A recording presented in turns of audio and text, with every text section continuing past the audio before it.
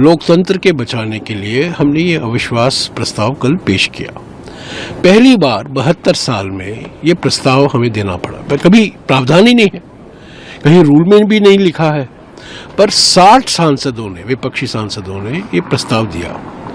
और आज संसदीय कार्य मंत्री कहते हैं किसानों का अपमान है। अरे कैसे किसानों का अपमान है? आप नेता प्रतिपक्ष को बोलने नहीं दे रहे हैं, वो दलित का अपमान नहीं है? वो भी दलित का अपमान है।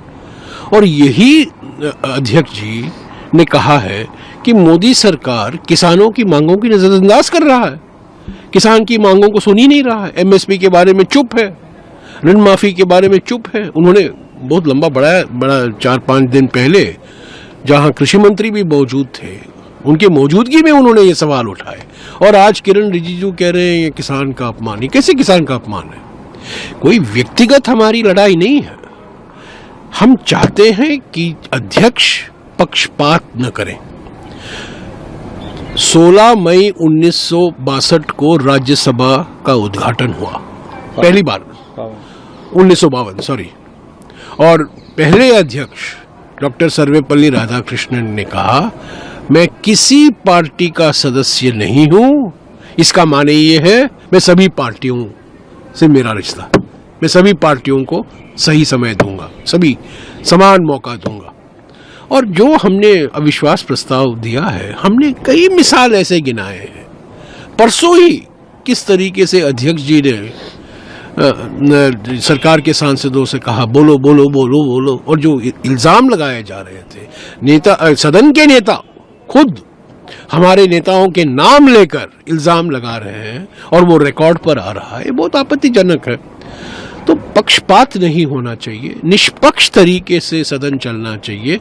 और खास तौर से 2 व्यक्ति हैं सदन में जिसको हमेशा उनकी सुनवाई होती है, हमेशा एक ट्रेडिशन रहा है, वो है सदन के नेता और दूसरे हैं नेता प्रतिपक्ष, ऑपोजिशन, एलओपी हाथ खड़ा उठाते हैं, उनको बोलता, बीच में टोका जाता है, रोका जाता है, सिर्फ रोका नहीं जाता, टोका भी जाता है।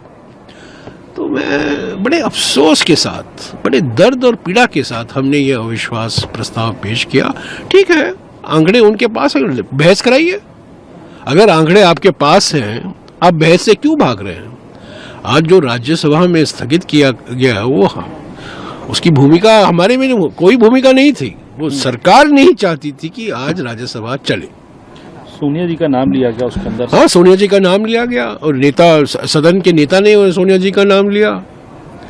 आज लोकसभा चला 12:30 तक, राज्यसभा पर मुझे कई लोगों ने कहा, मैं किसी का नाम नहीं लेना चाहता हूँ, उचित नहीं है, पर कई सरकार की ओर से कहा कि आज रहने दीजिए राज्यसभा को, क्योंकि हम ये कैसे बर्दाश्त कर सकते हैं कि चेयरमैन साहब के खिलाफ आप अविश्वास प्रस्ताव लाए हैं। तो ठीक है, हम उम्मीद करते हैं कि कल इस पर सदन चलेगा।